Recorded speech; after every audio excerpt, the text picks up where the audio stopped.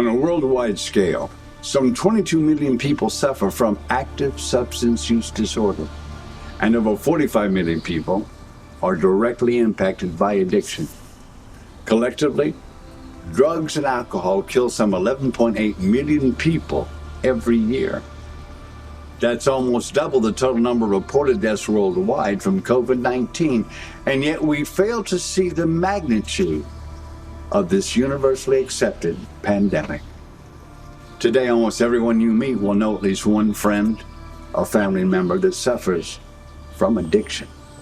If you're watching this, you may be one of them.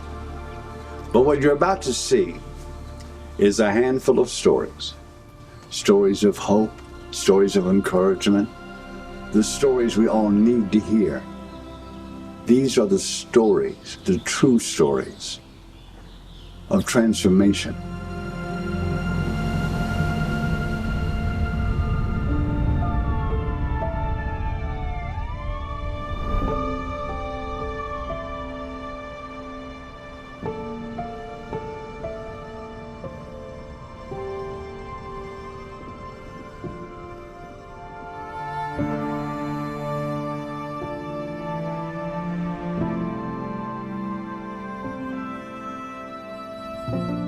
My name is Dion Thompson, and I'm 51 years old.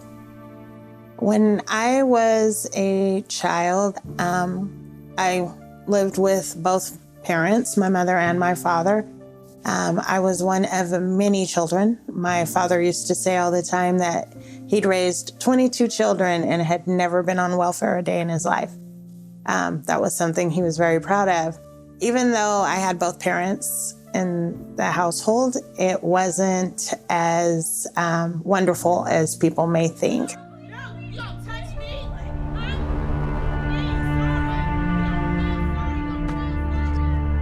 My mother was the real disciplinarian. My father, he would, but it was mostly my mother.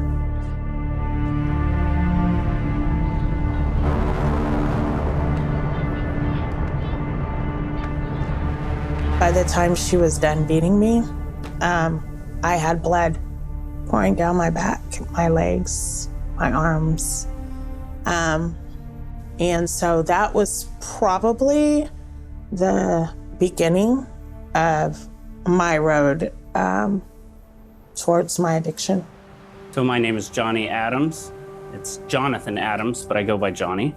I'm 41, and I've been sober for just over 6 years. We lived on just under, I believe it was an acre of property, and there were 6 of us, 2 parents, 4 kids. And let's see, the property had no power, no running water, no electricity, no nothing. It was just a plot of dirt in the middle of the forest, kind of, about a half a mile from the road. My stepfather was a raging alcoholic. Don't turn it to your dad. You are touching me. Get out of my face. Get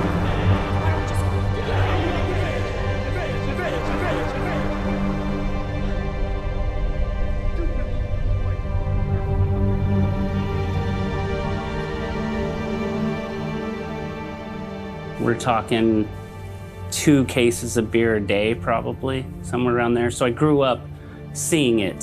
He was smoking pot and doing drugs, and it was always in my face as a child.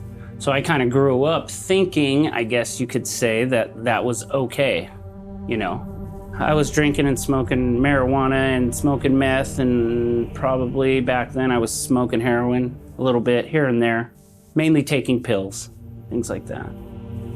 I've been using since I was 14. My name's David Burke. I'm in recovery. Very grateful to have 21 years in recovery, clean and sober. I was born in Brooklyn, New York. We had a big family. I come from a big Irish family, very Irish, celebrating a lot of parties. We It was normal to drink Irish whiskey, and, you know, we'd have to do an Irish jig and a bunch of stuff before it was time to eat. And it was all about tradition, but tradition came with a lot of drinking as a child, so it was normalized for me as a kid. You know, if I got a cold, normal people would get cold medicine. Well, my dad would wrap me up in a wool blanket and give me some rock and rye whiskey, and kind of, it was normalized that way. Go leave, but the boy stay with me. No, he's my son, and I'm taking him with me. Oh, yes, I am. Oh, yes, I am. You're a fool. My dad did drink a lot, so he was an alcoholic. He was a functional one, but not a very successful one. Don't look. Just come with me. Stand. No, honey. We have to leave. We cannot leave. My boy! We're gonna go, right? Yes, honey. What are you saying? Is this what you want? Do you want me with an Name of Jesus!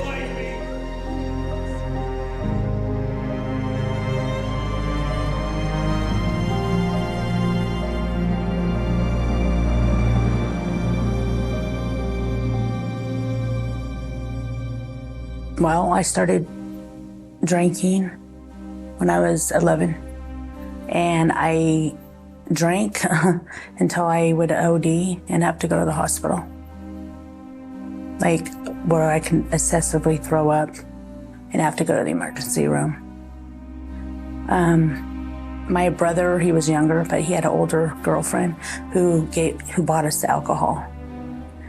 But I have to remember I was ODing on Cisco and drinking that excessively at the age of 11 because I've been pretty much on my own.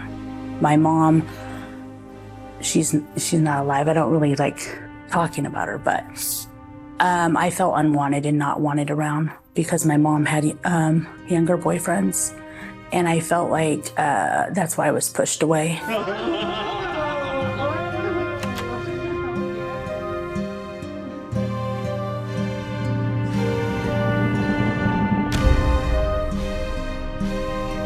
And so I would just, she wouldn't want me there. And I would leave and go to like family's house on the other side of town.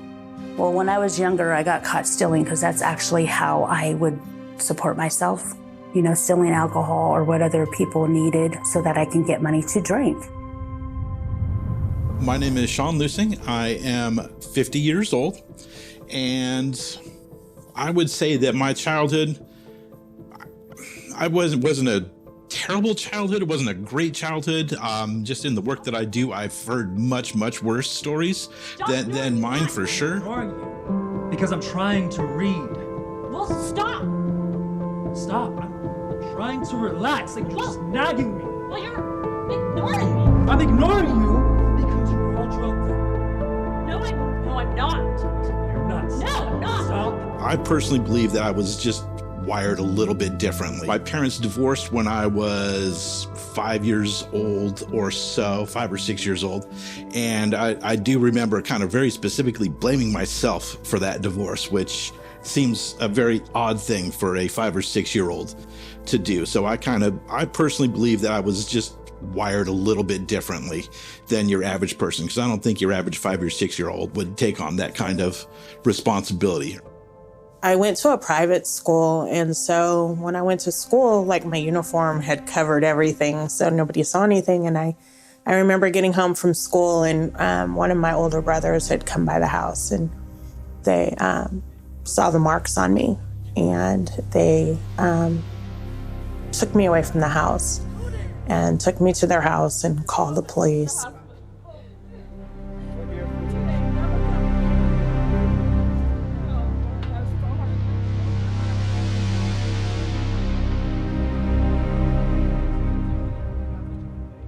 I remember having to go to the hospital and having pictures taken of me and all of that. And then I was placed in foster care.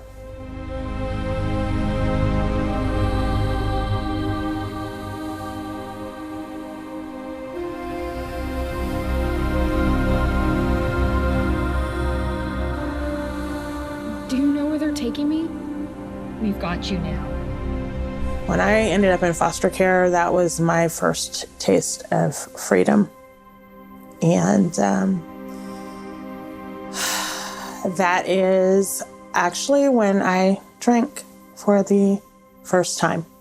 I remember going to a park with one of my foster sisters, and there were some guys there, and they actually lived across the street from the park, and they invited us over, and I didn't want to go, but my foster sister, she was like, yeah, let's go, let's go.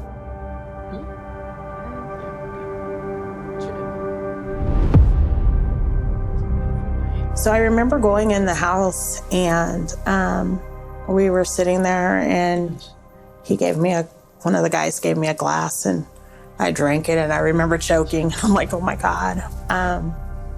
And so before you know it, I was highly intoxicated. Hey, where you going? Miss that on the phone. He started trying to take my clothes off of me, and I'm like, no. And then someone else was trying to come in the room.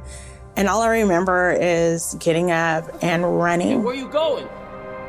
Come back. Let's get her.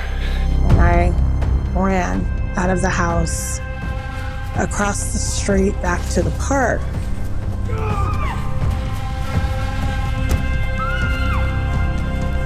And I was trying to get away from him, and I remember running through the trees, and I remember them catching me.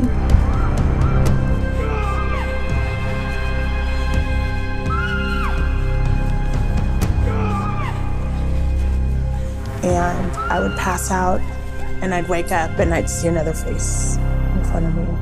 And I'd pass out, and then another face. And that's pretty much all I remember from that night. My foster sister took off and left me, and I remember getting in trouble when I got back to my foster parents' house, and I decided right then and there I couldn't put up with this, and I ran away. And so I was pretty much just out on the streets doing whatever it took to survive. So I used him, I used him as a coping mechanism, as a buffer, if you will, to not feel my childhood. It all stems back to that, how you were raised, what you went through, and getting beaten. And, I got beat every day, until I started beating back. In my younger years, you're just a kid, and you use the drugs you can find. You're 14. Imagine a 14-year-old trying to score heroin. It's not easy. Heat it up. Now, I'll show you.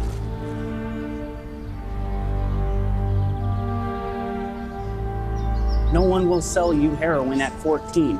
You literally have to go, you gotta go to hell and back to get it, basically. You've gotta find the most evil person in the world that will sell a child heroin.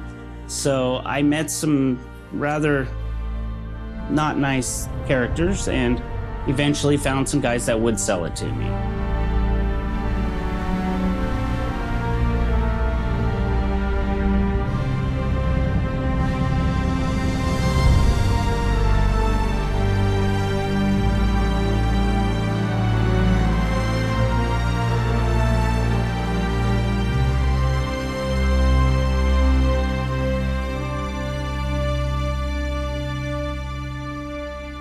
But my dad did teach me these core values, and it stuck with me for my whole life, even though he was compromised by his addiction.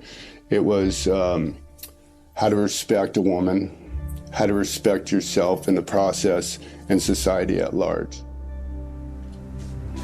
I'm still vertical, so I'd like to change that. Vertical? Yeah, for yourself, Mr. Vertical.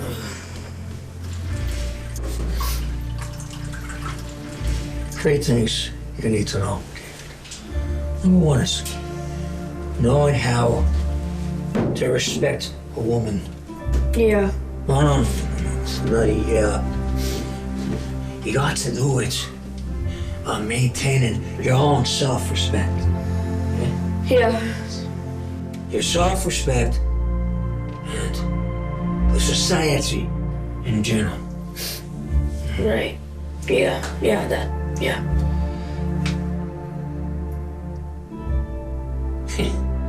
Vertical. Yeah. Vertical. Vertical. Yeah, you know what vertical it means. Yeah, I don't. That's moles. When my mother and father broke up, we became homeless. We owned a cabinet shop in San Juan Bautista. And so that's all we had. Your mom, she's gone.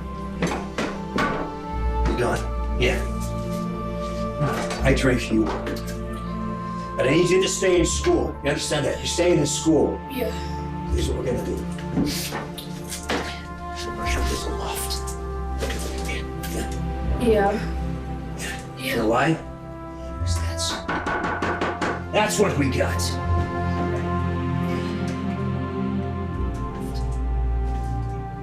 Yes. I'm gonna get rid of I ran away, and I remember just doing whatever it took to survive. And, you know, when you're out there like that, people take advantage. I was 12. I was 12 years old. And so I remember every time I would get caught, they would pick me up, take me back to foster care, and I would take off.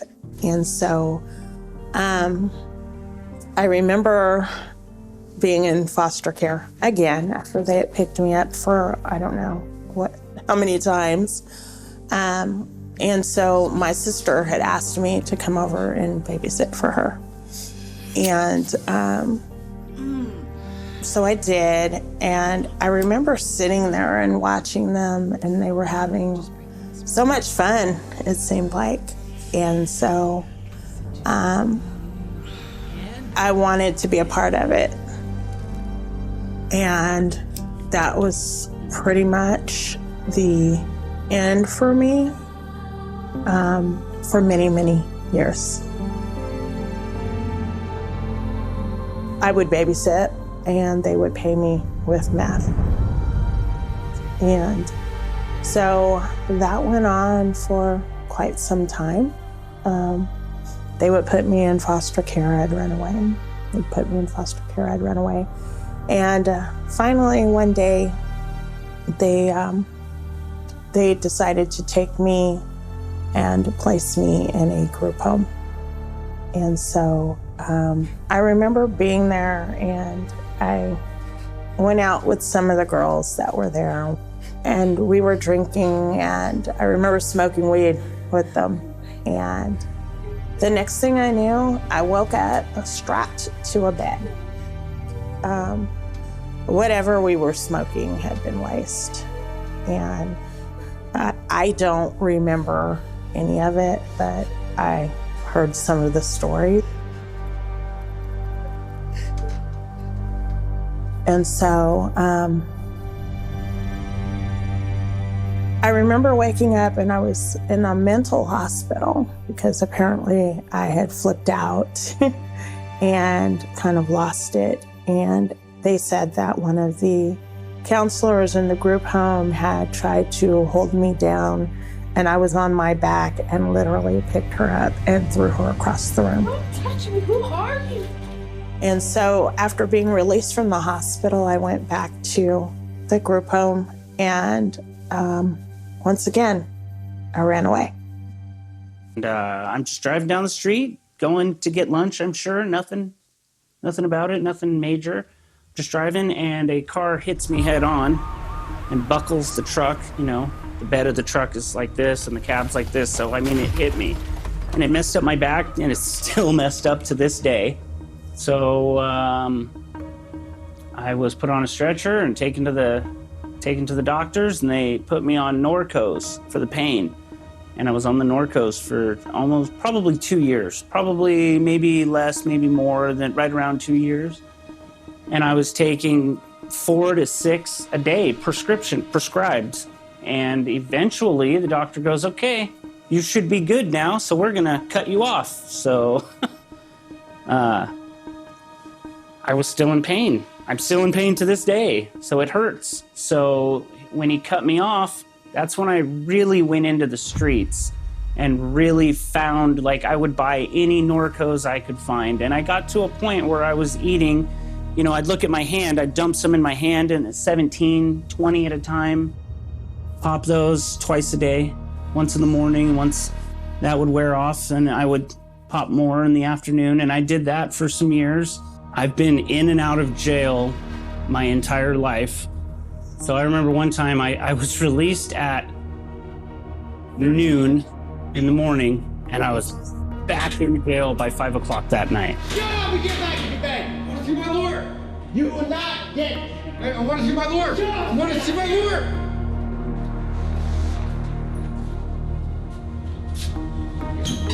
I gotta get out of here. Let me out of here. I mean, again, the roller coaster. And I didn't think I had a problem. At one point, I had just accepted it. I had just told myself, you know, you're a junkie, and that's what you are, and that's what you're gonna be. The cabinet shop was just a cabinet shop. So we had to get to work, right? So we built a loft on top of it.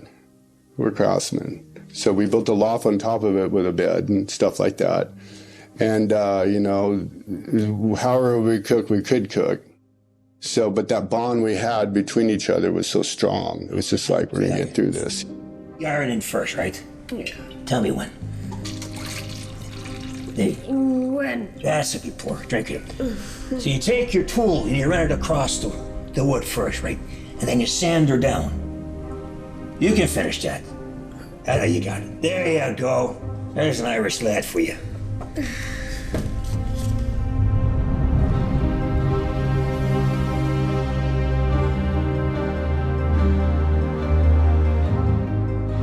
So when I struggled with my addiction, I can't even say it snuck up on me because I really realized what I was doing. And at that time, that was my culture. You know, that was when I was growing up. I didn't know.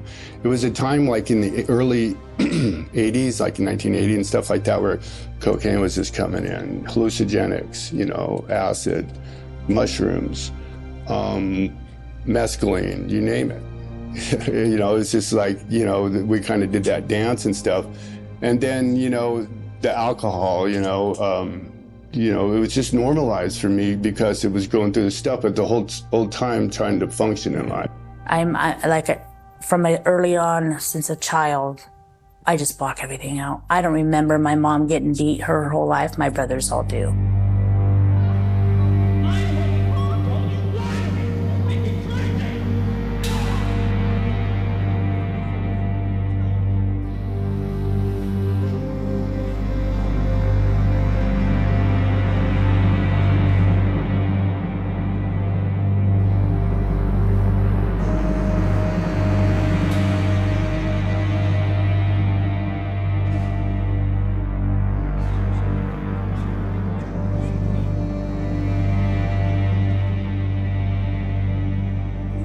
My honesty is I don't remember a lot because I have that wall to protect me because of the situations that I've been in since I was 11. And that's how I protected myself.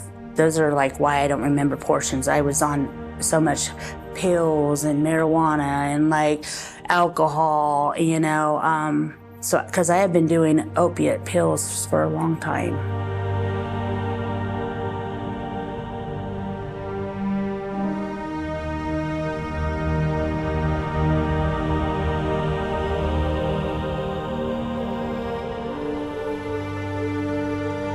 This is how it was for me. And I got caught stealing once, and I stayed in juvenile hall because there was no one to come and get me because my dad was in prison. My mom was off with her boyfriend.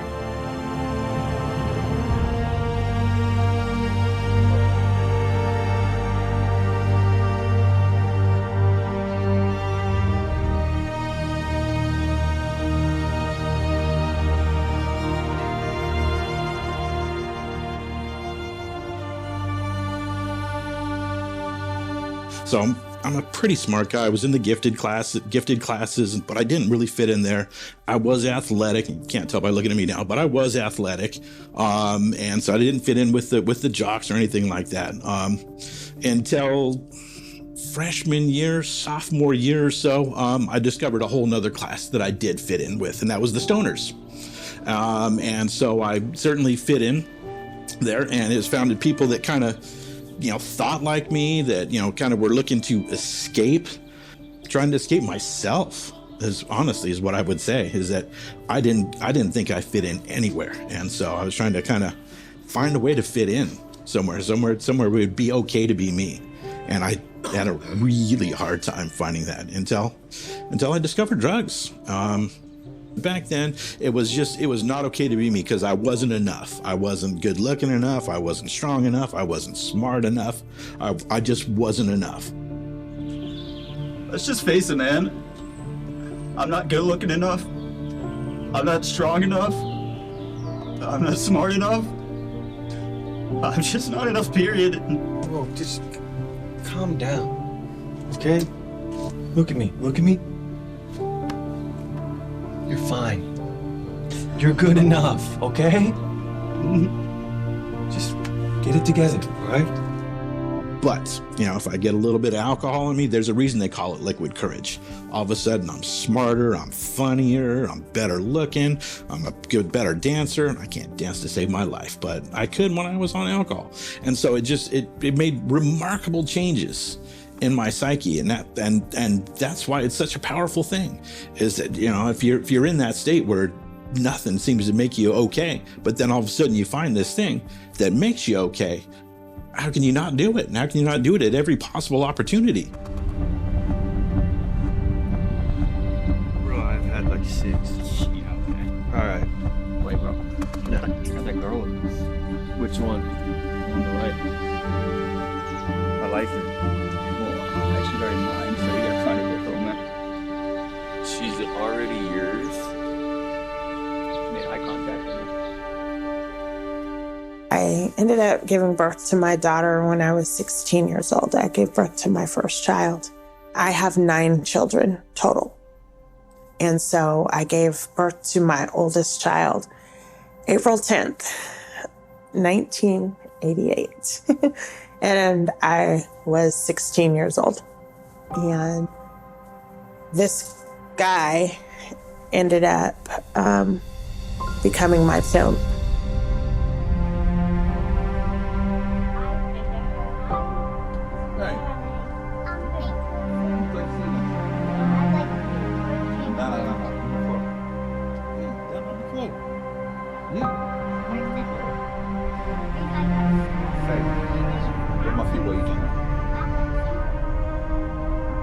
And so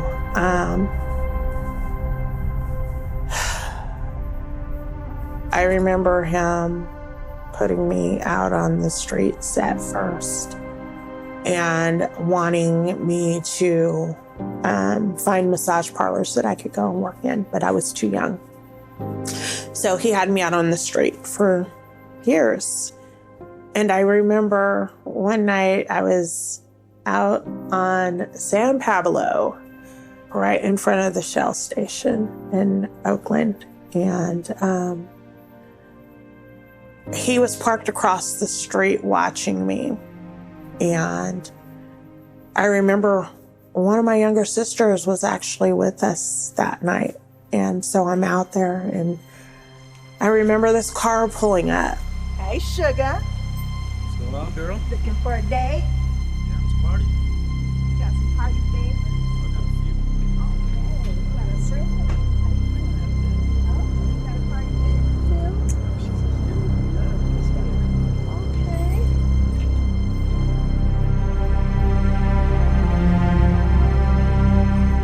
And so I look in the car, I jump in with him, and as soon as the car drove off, somebody came up from the back seat and put a gun to my head.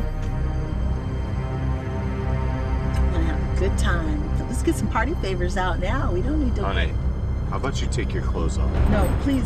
That's not the kind of party I want. Don't shoot me, please. And I still don't know if he saw this happen or what.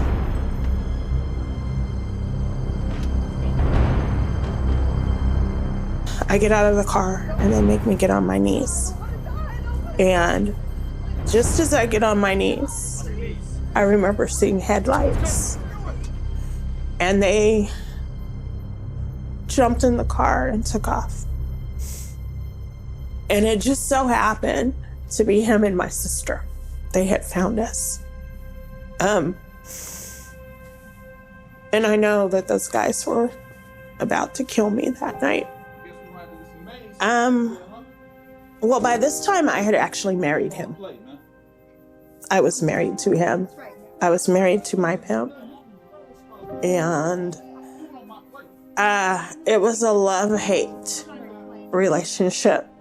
What I just tell you?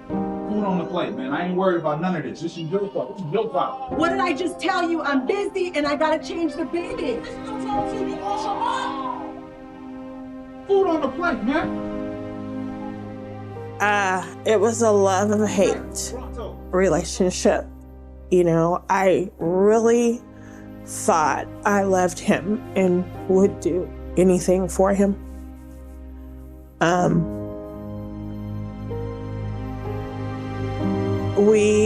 I'd like to think that it was the drugs that, you know, because I was constantly using, you know, I had to use to be able to actually do what I was doing. I couldn't do it unless I was under the influence. And, you know, I would have breaks in between because I would end up pregnant. And so when I'm pregnant, things are good between us. But as soon as I'm not pregnant anymore, then we go right back to, I gotta go to work, you know? So I told myself this is okay. That's how they lived. So, you know, I didn't, again, know that it was that big of a deal. I had no hope for myself. I had no, I mean, you know, when you live on the street and you're sleeping in a cardboard box every night, you know, it is what it is.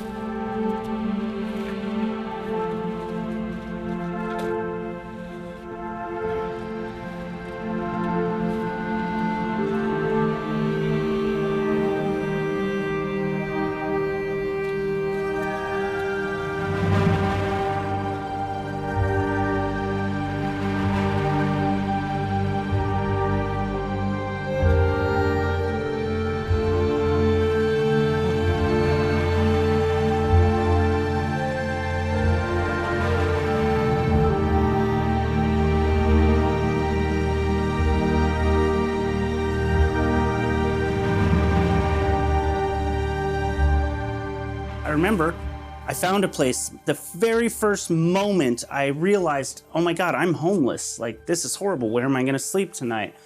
I was walking around. I was in downtown Sacramento. I can't even remember how old I was. I was walking around. I remember going there and like taking one of the boards down and going in, and I cleaned it all out and there was a bunch of rubbish, trash everywhere, you know, and I cleaned it out and I set up an apartment there. And then one day the owner comes. Who are you? And realizes, oh my God, someone's living here. Well, I'm a personable guy, you know. I'm not a threat. I'm not gonna give him attitude. He handed me a key and kept a key and said, "You keep the riffraff out and you can stay." And I said, "Oh, sweet." So I lived there for probably 2 years. Thank you, ma'am. Okay. Thank you, ma'am. Good night. Thank you. When my brother was he was cultivating up in Humboldt County, I would get buds from him, go up there, bring them back to Salinas, and basically sell them. And I would, you know, kind of diversify my funds that way, you know, to say the least. But, here I thought I could outsmart it. I could outthink it. I was still good in sports. I excelled all the way through it. And I did start working and everything. But at that time in my life, things were going pretty good. And then me and my father, the night before I went to this concert, we were drinking this bottle of Irish whiskey. I can tell. You're all perked up. Can I take this with me? The flask? You get half. That's it. Half. Just half. Away. I'm gonna take all of it. So who is she? Who's who? Come on, you're all prettied up like that. You're going out for a night. You got 4 anybody. Pretty out. Oh, this is the good stuff.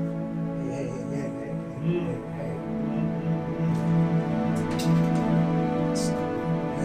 You gotta fix that. Love you. I know you can. I'll be back. You kiss her for me, right? Twice. You're Irish. We had actually taken hallucinogenics that night, some mushrooms and stuff. And so I was completely coming down off it, I was good and everything, and I noticed our cabinet shop lights were on and everything.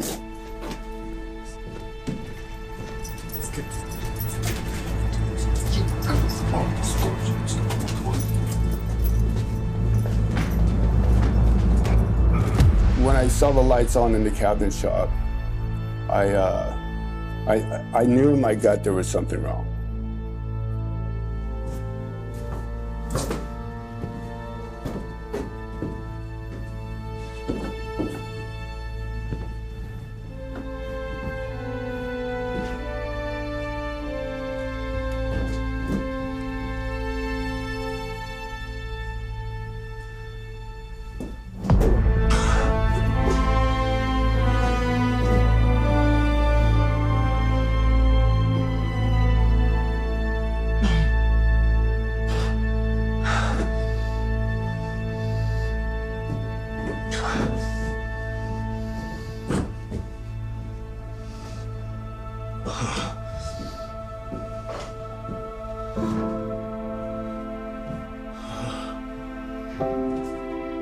Oh, Dad.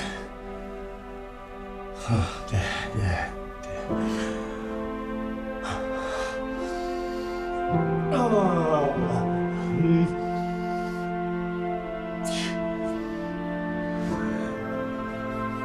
I should have been here. Oh, I should have been.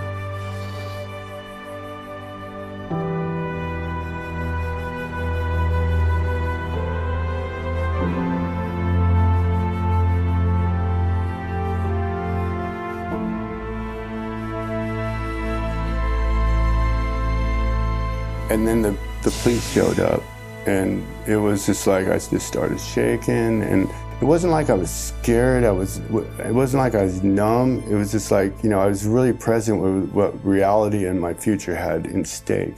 And I wasn't feeling sorry for myself for the fact that I was feeling bad because, me and my dad had each other's back.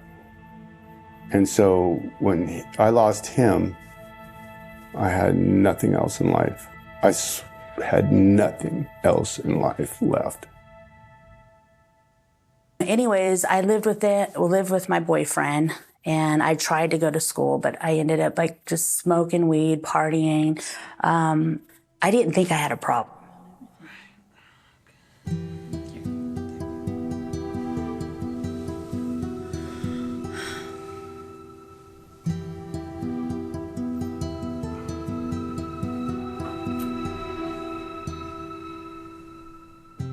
When I was raised, this is what I knew. So I didn't know I had a disease of addiction. I didn't know that I had a problem. I actually have 6 kids, okay? So there's just addiction. And then I got married to someone else. Okay, I was with my son's dad for a while, and then I met someone else that used to come over and hang out, and it was my brother's friend, and then we hung out once, and I got pregnant. Anyways, it's like a bunch of blanks because I was under the influence this whole time. Then I started using harder drugs. Well, Those were hard, but I was doing heroin. You can call me every 3 hours. Your friends, what did they say about me? Nothing. Cut them off. Cut them off. I said cut them off.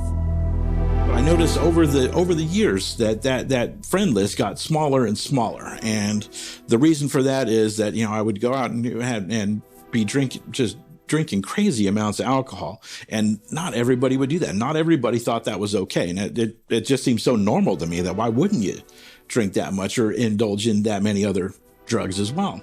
But apparently that wasn't normal, and so a lot of people kind of just said, yeah, I'm going to distance myself from Sean. So have you done that assignment from Mr. Roberts' class yet? No. Are you gonna do it? Probably not. Actually, I had a question for you though. Why do you go to church? To feel more centered. Well, I never feel a center, so guess I'm good. I don't need to go, huh? I don't know about that. I mean, you're a little wobbly sometimes. I know you ain't talking. Oh, it's crazy. What I didn't know, what I've since learned, is that it's not that I was never out of center. I'd never been in center, so I had no point of reference to consider. So just being way out in left field was normal for me, as opposed to kind of being centered and grounded and feeling at peace. I had no concept of that, and so that was kind of my first brush with spirituality, where I kind of thought maybe there's something missing from my life. Unfortunately, my kids, no matter what was going on, they were always just along for the ride. And fortunately, they were all still pretty young. And so in that 6 years, I had 5 children. And they were just along for the ride. Whatever mommy and daddy said, that's what we did. Him and his cousin had tried to rob a Jack in the Box, and he shot the manager in the neck and paralyzed him from the neck down. What? The cops are here. The cops are out front. You said my brother was coming. And I remember hearing the Sacramento Police Department, we have the hotel surrounded. You and your kids come out. And I looked at him and I told him, I said, it's over. I said, the police are here. And I told him, I said, they want us to come out. And I said, no, we're not gonna do that. And I remember handing him my youngest baby. And I told him, I said, you take her and you walk out first, because they're not gonna shoot you with the baby in your arms.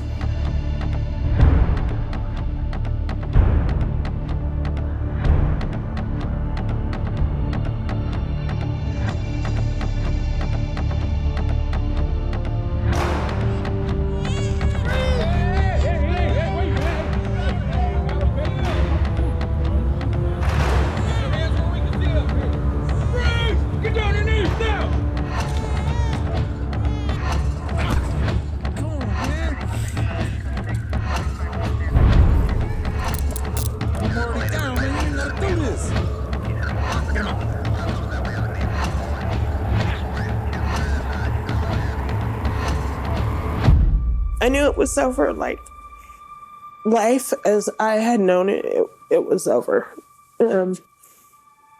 So he gets arrested, and they take him back to the county where we were running from.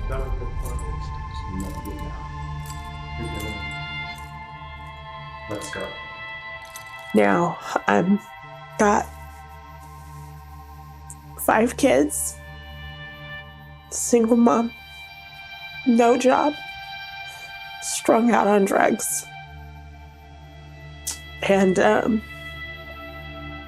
it was horrible. And I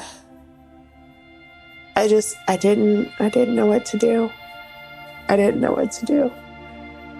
And so eventually he ended up being sentenced. And I'll never forget, they gave him 20 years, 8 months, and told him he would have to serve 85% of it.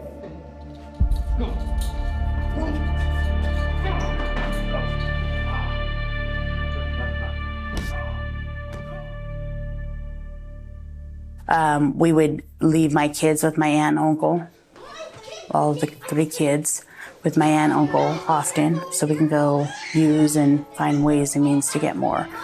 And there was a lot of fighting. And one day, they were taken from at my aunt's house. Because my aunt's house had a lot of my family's kids, my kids, her brother's kids, my other brother's kids. And they did a visit and they had all these kids, and they're like, for her, for my aunt, she was trying to adopt a kid, her brother's kid. And so she pretty much said that we abandoned our kids. And she can only have so many, and so my kids were taken. So I'm driving, I'm on my commute to work, and I get to Devil's Slide, and there's a nice little pull-out area right there. And I had kind of had these thoughts in the back of my mind that, maybe the world would be a better place without me. And so I pulled off there to the side, and I kind of pointed my car towards the edge of the cliff. And I just sat there, and I was just looking just for something, anything, something that would give me a reason to live. And oddly enough, I remember it was May 20th because that was payday. I'm thinking, I got a paycheck waiting for me. And that wasn't even enough. I couldn't think of anything. And so I just sat there and I said, okay, and I made the decision. And I was just waiting for a break in the traffic. And so finally there was a break. Highway 1's pretty busy up at that point. And so finally there was, and just it just punched it and right over. And like I said, God got a sense of humor, so I got a front-wheel drive car. And so I'm sitting on the edge of the cliff, just my front wheels up in the air and just spinning, and I can't believe this. Some lady, I remember just pounding on my window. Oh my God, are you okay? Are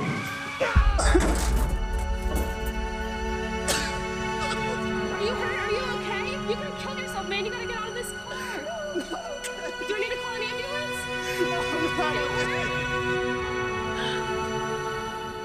So my wheels are up in the air spinning, and I'm stuck. And I'm like, I can't even kill myself, right? It was terrible.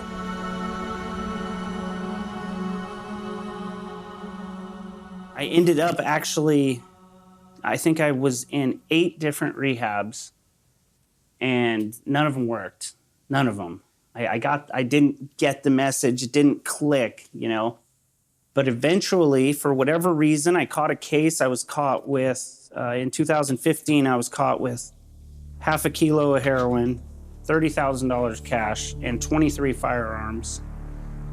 And they were able to pin one of the guns on me because it had my fingerprints on it.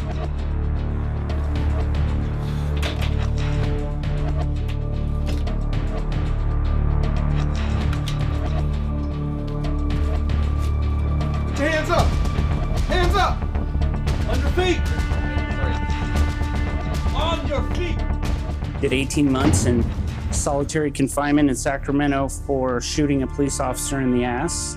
So that was not fun. I felt like I was invisible, like I was kind of like a ghost, just floating from place to place. It's blurry, To this day, I wake up in bed sometimes and I'm looking at the ceiling and I remember things that happened and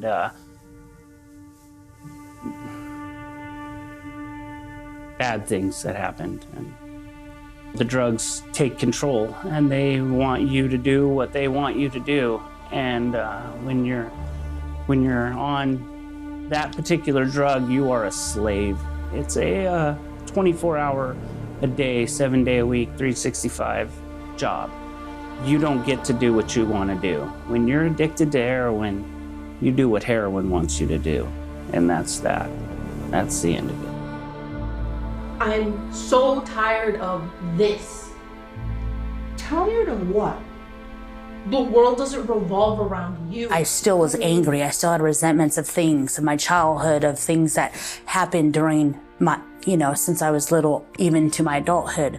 you know, of the not protecting and then, you know, when people would say, oh, she did the best that she did with what she knew. I never thought that was okay to say. And I always, to me, it's like when you knew better, you should do better. I never said the world revolves around me. I want the world to revolve around both of us. And you had so many opportunities to do that.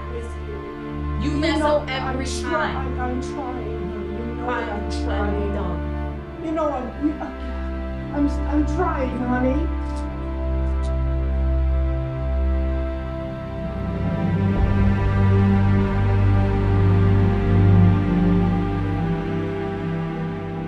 What's crazy is that at this time, she was trying to have a relationship with me, and I knew it. But like I said, I didn't know how to have relationships with anybody that used because I was like protecting myself, so I shut everybody out.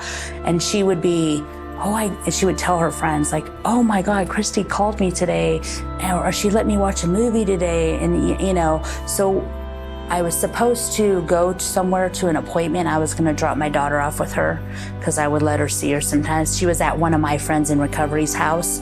And so I was gonna take my daughter there while I went to an appointment. And I found her. She was passed away on the couch. And the night before,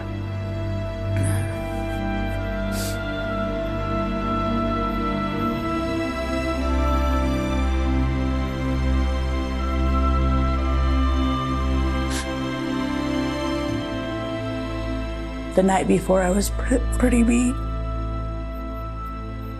Well, I don't think I was mean, but I was like, I'm in a meeting, what do you want, you know?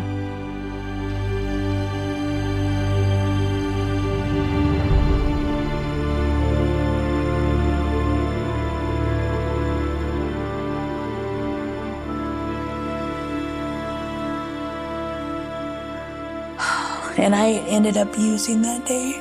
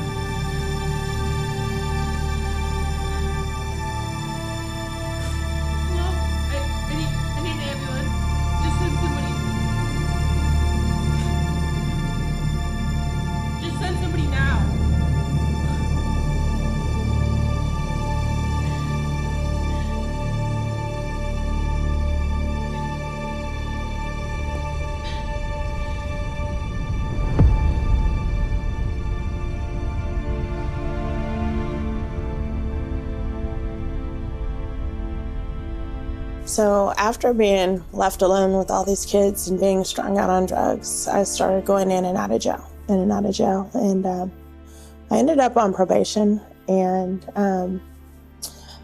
I remember I was pregnant again with my 7th child. And no, my 8th child, sorry. I was pregnant with my 8th child.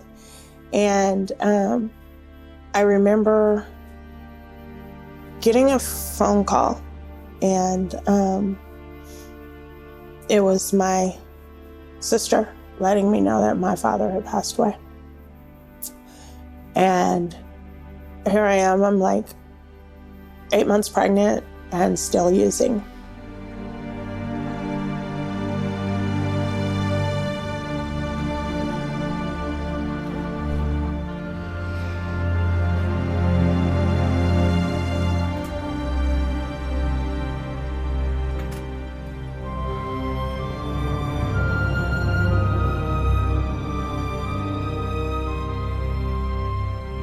And I remember I had just gotten high and probation showed up at my house. And they told me that I needed to come and check in with them. And so I went to probation, and they told me to test. And I just looked at him and I told him, I'm going to be dirty. And so they gave me a chance. And they told me, they said, because you were honest with us, we're not going to take you to jail today. I said, but we're going to set a court date. And so they set the court date. And I had my baby in between the time I had gone to probation and the time they set the court date. So my baby is not even 6 weeks old. And I go to court and I have my baby and the guy that I was with at the time. All rise. The Superior California, the County of Los Angeles is now in session. The Honorable John Walker is presiding. Please be seated. Good morning, everyone. My name is Judge Walker. Calling the matter of People versus Thompson, case number 23P200. Are the parties present and ready to proceed? Counsel, please state your appearances for the record. James Baxter for Ms. Thompson, Your Honor, who is present and out of custody. Tamara Johnson for the people, Your Honor. Good morning. Are there any issues counsel wish to raise before we get started? No, Your Honor. No, Your Honor. This case arises from an alleged probation violation of case number 22C100. This alleged probation violation occurred just 3 months ago while defendant was pregnant with her 8th child. At that time, defendant failed a drug test, which is a probation violation in the state of California. And today, defendant Ms. Thompson appears before us yet again with a charge of possession of a controlled substance. Ms. Thompson, while it may not seem like it to you, probation is a privilege. At the sentencing hearing in case number 22C100, you were given your probation terms, to which you agreed. Among these terms, you were to obey all laws and not commit a same or similar offense. You were being allowed to remain in society and not be sent to jail for the crimes that you repeatedly commit. That privilege, however, can be revoked at any time when conditions of probation are broken, and according to the report from probation, the defendant did in fact violate the terms of her probation. Counselor, what have you to say in her defense? Your Honor, Ms. Thompson's father has just recently passed away, which did cause an adverse effect on her health. Ms. Thompson has 8 children who desperately need their mother. And she is willing to work with Child Protective Services and the foster care system to do all she can to reclaim her children and change the trajectory of her life. To sustain this probation violation would work an extreme hardship on Ms. Thompson and her children.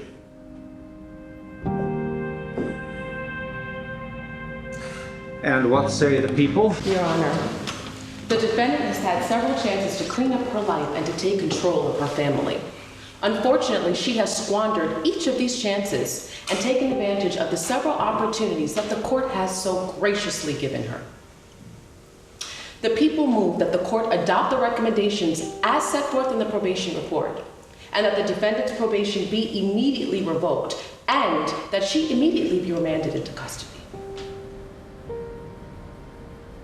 Mr. Baxter, I am inclined to agree with the people and probation. Ms. Thompson has had numerous opportunities to clean up her life. This is the 4th time that her children have been sent into the foster care system due to Ms. Thompson's repeated substance abuse and multiple violations of the law. It is therefore the court's reasoned decision in this matter that Ms. Thompson be found guilty of the alleged probation violation. The sentence from case number 22C100 is hereby reimposed forthwith. Defendant is immediately sentenced to the California Department of Corrections for a term of 3 years, with credit for previous custody time served. Pick up here. We're gonna place this down. We'll do everything we can. Stand up.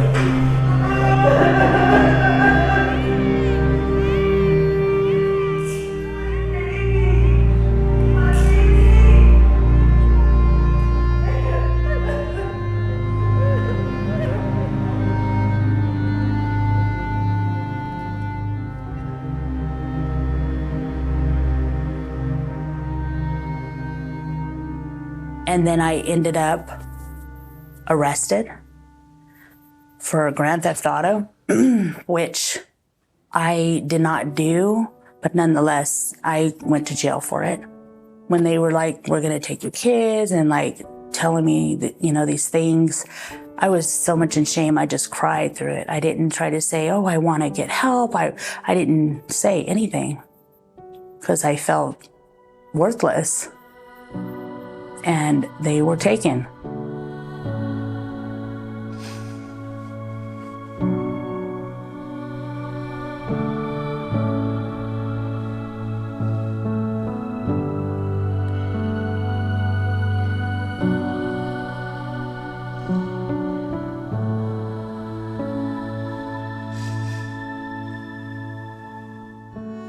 So I got clean after they were taken. That's the thing, they got adopted out. And here I got clean in 2005. And it wasn't to try to get them back, I already lost them. But I was court ordered to do 6 months in jail, 5 years felony probation and a rehab. I worked in that rehab that a year or two later, I worked in that rehab I left with women and children. And I worked in a runaway safe house for teens. A couple weeks ago, I relapsed. My friend called me and she said she was struggling, so I went over to her house. This is typical. And she was drinking, and I drank with her. Your life sucks. You just like gotta mine. put in the work. You can't let other people lead you. You know the steps. You know what you have to do. You can't keep putting yourself in these situations. You can prosper from this. You need to take the initiative and responsibility to put in the work and break this chain of events from happening again. It's your life, and you can change that. You can do this. Your life sucks. It's your life. You can do better than this. I can be better. And I worked at AMP. I worked 7 days a week because I was afraid to have any idle time to get in trouble because that's who I was. And I was clean, and I was going to outpatient, and I loved it. I loved like just the new people that I met. They're just always smiling, and I didn't know, it was like, oh, I've never been like this. Like, you get to laugh. But, you know, I liked getting picked up every day to go to, to my meeting. And it was just it was a family I never had, right? I just packed my stuff up from Salinas and Monterey, and I moved. I had this van, and it overheated, and all I had was what I had when I started with my father.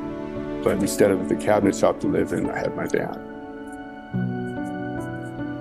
So when I was in Walnut Creek, I was a working drug addict and alcoholic. And so when I thought I was functional at the time, that working drug addict and functional alcoholic, I would say that lasted about 4 years. Things didn't work out too good for me. And I always visualized this great life, but it wasn't until I surrendered and got into recovery. And the word recovery to me, I could almost throw it aside today and say wellness and quality of life. It's making a decision that's gonna actually help me.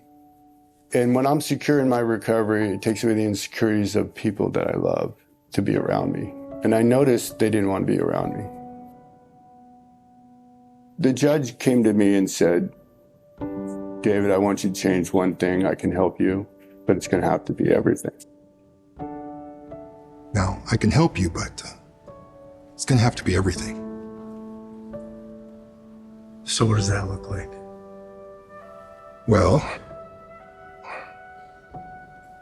you might have to dig deep inside your heart and your mind and grieve your father's death. I'm willing to be here for you and help walk you through it. Work on yourself. See what that brings you. And if you're interested, I could even help you with an internship. Sound good? Yeah. Let's do this. what my mentor and the judge told me at one point is if you don't like something, do something about it, you know. And so, you know, my heart and my passion, you know, and being my background in construction, and this time I've already had all my degrees and certifications and everything. So I opened up my own 2 little treatment centers. I had my own. So it was just me. I was the board. I was everything. But I had a web of some really good people. I mean, I had like hundreds of people that I've been working with at this time. So I opened a treatment center, and I even had an adolescence program. The adolescence was through the criminal justice. So I had all these contracts. So now I'm getting the concept of contracts, running the business, you know, making stuff clinically strong, but also being client-centered and using that passion I have within myself. I feel so shattered,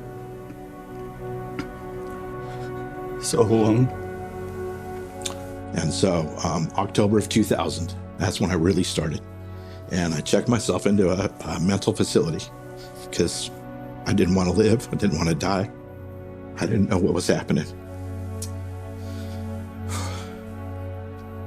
And so started there, and they got me into a program, and luckily they got me into a year-long program because I was really broken and I didn't know it. And so in that program, I got to do a lot of work on myself and a lot of looking at myself. My life's just been one continual mess up, and everyone I've ever loved has wiped me off. And I don't blame them. I deserve it. All the lies and crud I put them through. All my friends and family are gone. Sean, listen carefully to my words. Where you walk your true walk, where you put your feet, what your behavior is, not just your words, but your behavior. That's the story of your life. Your aftercare plan needs to be centered in community with people that are going to hold you accountable. Those same people, they're going to share the burden, share the load with you. Do you understand? I don't know, Doc. I don't think I deserve to be loved. I've hurt so many people. I've done so much damage, and You know, Sean, sometimes we feel that because of all our injuries, all our secrets and lies, our unworthiness, we feel fractured. We feel like that we're not worthy of being part of a community. But that's not true. It's only true if you continue to tell yourself that counterfeit lie. And yes, you're gonna have family and friends that no longer want to be connected. But I want you to know, as long as you have breath, there isn't a time or a place where you can't find community and love. Come here.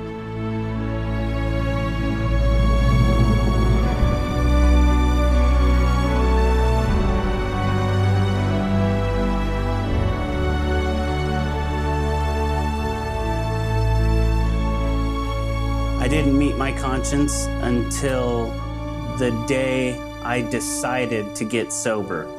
And all of a sudden he came knocking, like, hey, I'm here, by the way, and it's time to atone for your sins. Like, you know, you've been working for the wrong guy. The last program I went into, the guy who started the program made me feel like family. And at that time, I was so disconnected from my family. I had no idea, but I was yearning for family. And he wasn't just a guy. This guy became my best friend, you know? And I don't know, I just spent a lot of time with him and saw what he was doing, and something, like a switch clicked in my head, and all of a sudden I had a conscience. And I believe I was 36 when all this finally happened. So. I think I told you that. So. You got a place to go after that? My car. Well, I think you should probably figure that out, right? That's probably a good thing. I probably should. So I'll tell you what, if you're interested, we're opening a treatment facility up the hill in Bangor. Yeah. We have about 2 weeks worth of work.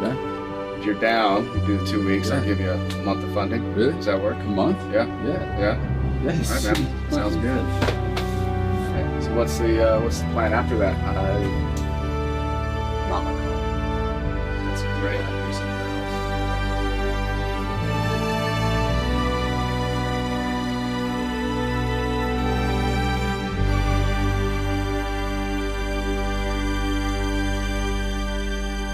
They told me that I wasn't getting out this time, that I was going to prison. Get off me, man! I didn't even do it, man! Everybody here. Let's go. Let's go! Get in the van. Come on, hurry up. Row 2. Where's you are now. Let's go. Let's go. Let's go. Come on, get it back there.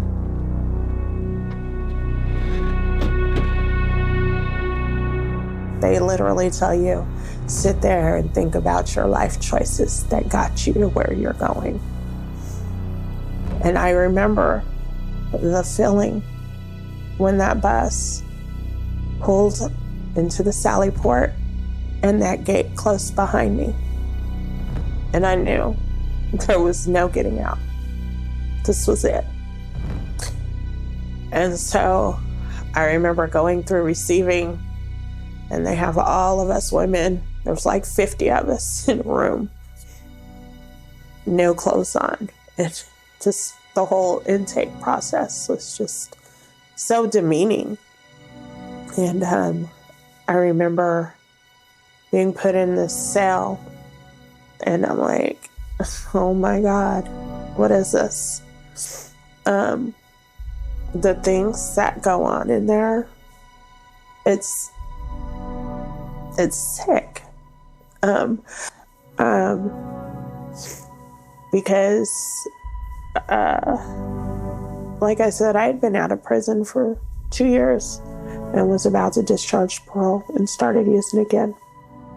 And I remember waking up, somebody kicking my bed, and I opened my eyes thinking it's my kid, but it's actually the police because they're raiding my house. And I'm on my way back to prison again. But this time, I was pregnant and didn't know it. I was pregnant with my 9th child. So when my baby was 8 months old, I got out, and I decided I was going to do things differently this time.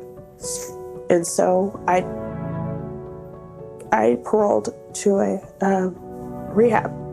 So I did really well for a very long time.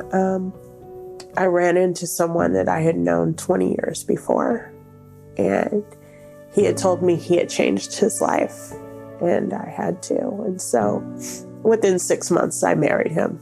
And within another 6 months, the marriage was annulled. I had relapsed, and I had lost everything. And I was living in my car with my special needs child in 6 months. And I remember one night I had eaten something and I had an allergic reaction. And I went to the hospital, and I had my baby with me, of course, because I'm living in my car with her. And I remember waking up after they had given me medication, and I'm wanting to leave the hospital, and they wouldn't let me.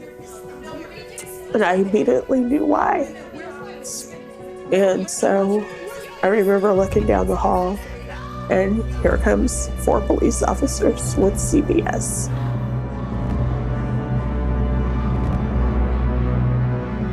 And I lost it.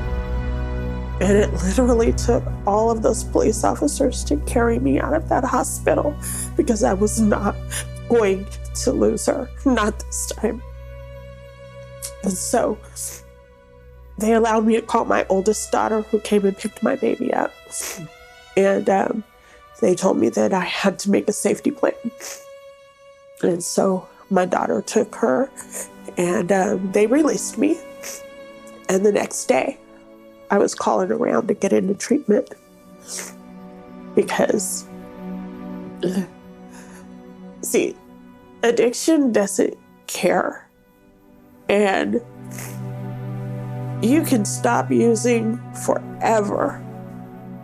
But if you pick up again, it's going to be just as bad, if not worse, than it was when you stopped. And I found that out in 6 months. I kept losing my kids because I would get clean and get my kids back, and then I'd start using again. Deon Thompson, Yes? We need to speak with you. Why? What's going on? we have a warrant for your arrest, ma'am. No, I haven't done anything. I haven't done anything. We need to see your children. Why? Can we please come inside? Where's the warrant? No.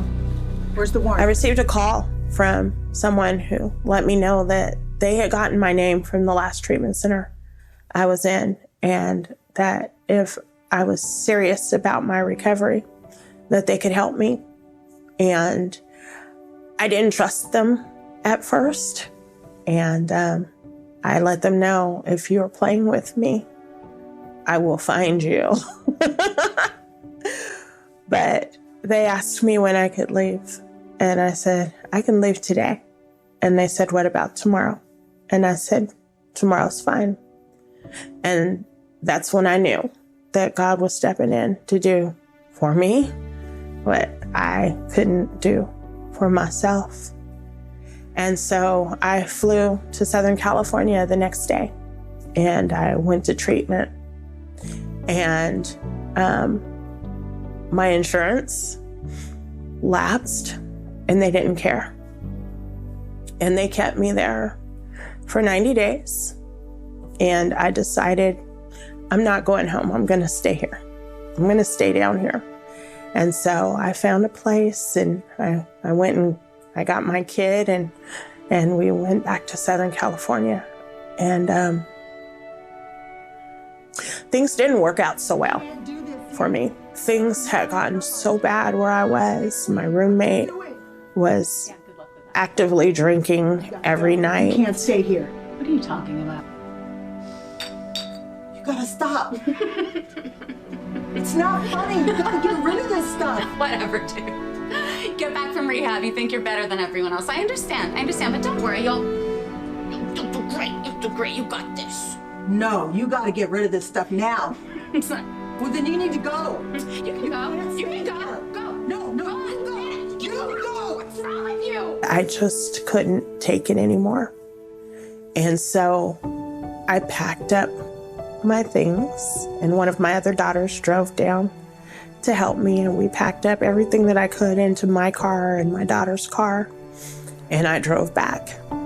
And I went to that place that I said I would never, ever live again. And I had just finished going to school to become a drug and alcohol counselor.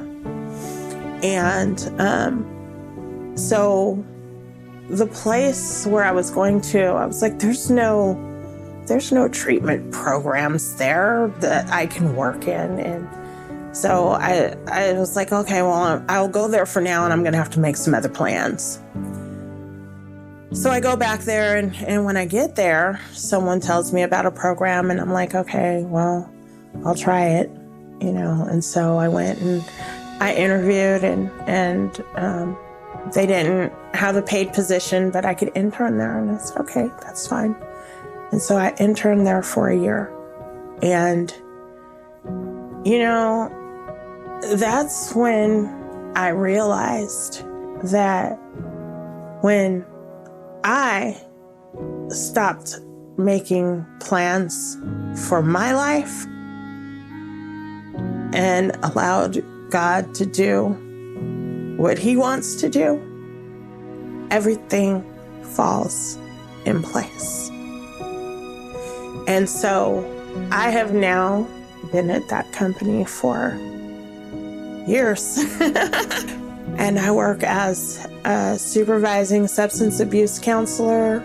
I actually worked as an interim director for 2 years with the same company. Stepped down and went back to working as a drug and alcohol counselor. My kids are back in my life. I have a son who is actually a sheriff in Tennessee. Even, with everything that my kids went through with me in my life and the way that I lived, they all pretty much turned out really well. And, that wasn't my doing.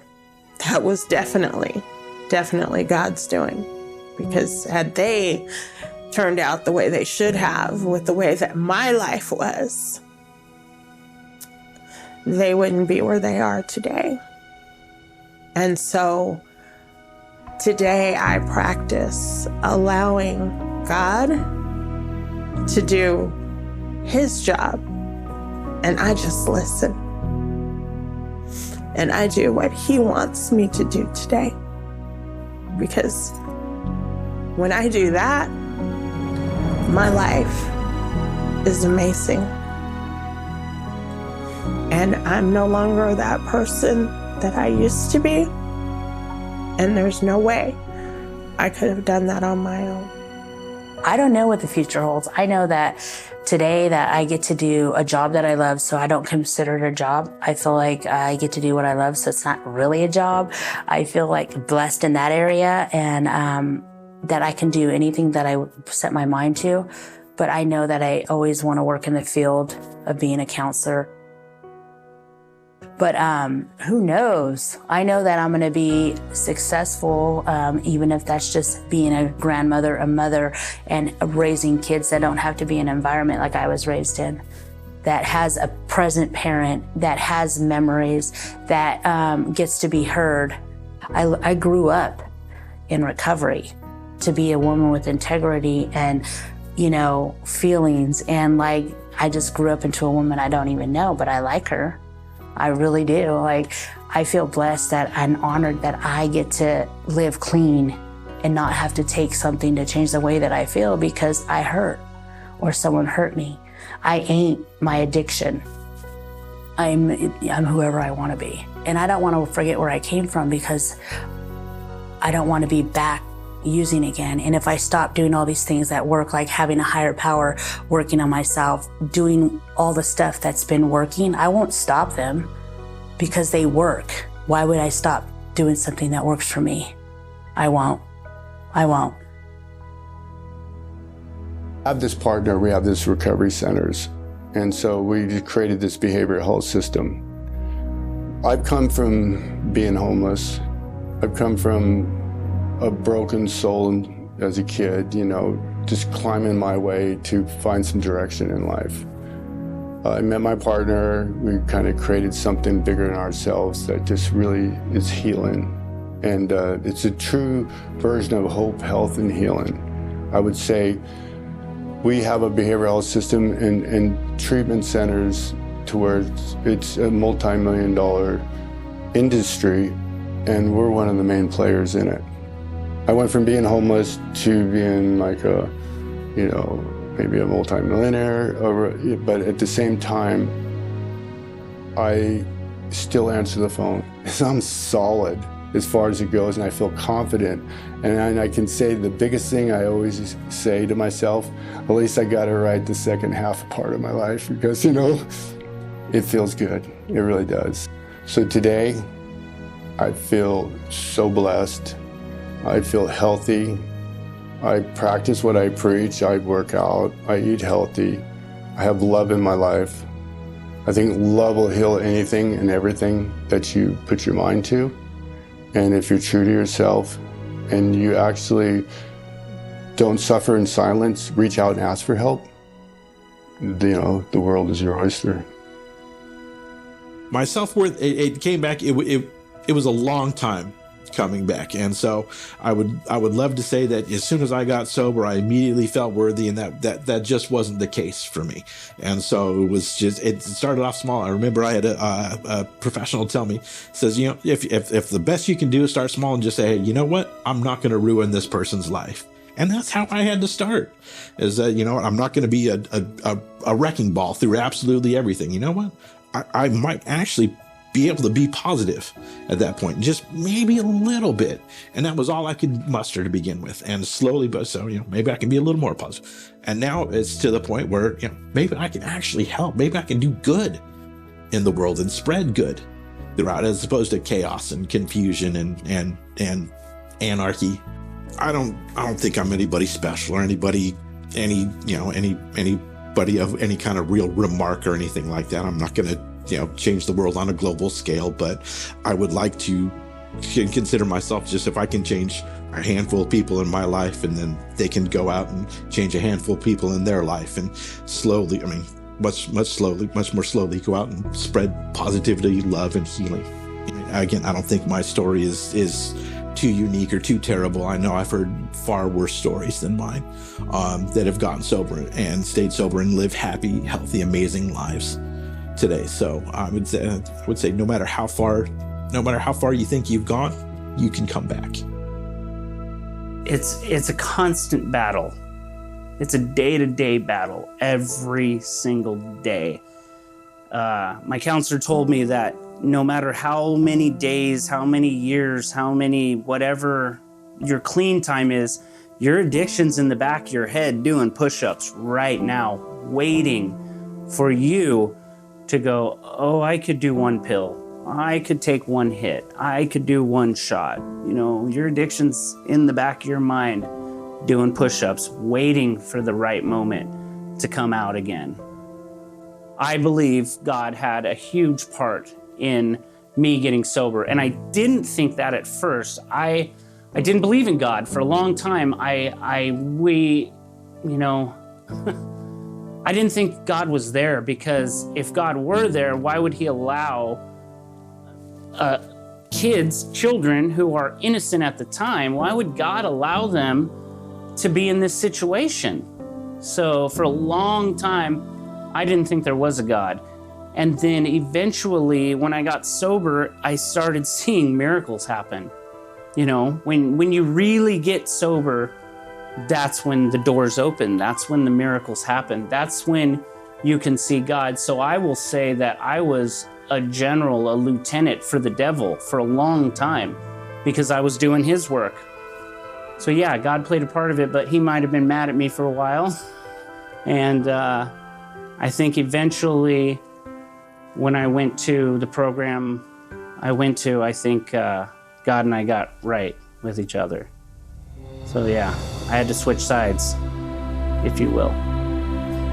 If you can make it to the point of the transformation where you don't have to be controlled by drugs anymore, if you can make it to that point, and you'll know the point, because God's gonna let you know. God gives you a feeling and says, you can go down this road or you can keep going down this road. It's up to you. You know, we all have free will. And if you choose that right road, then you'll know, and you will transform, and you will be able to come back. The way I look at it is, if I can come back from where I was, anybody can. And I mean anybody. I did not think in a million years that I would ever be sober and stop using. Never. Never. I finally found the warm hug, and it wasn't in a shot of heroin, it was in life.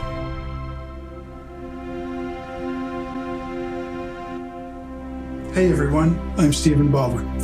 And I don't know about you, but to me the world seems to be getting crazier and crazier each and every day. That's why my words to you right now are very important. My heart goes out to the families and the young people that are struggling.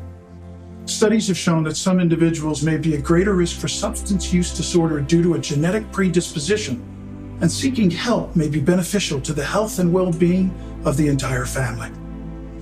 While every family is unique and there can never be a one-size-fits-all solution, trust me, I come from a very unique family.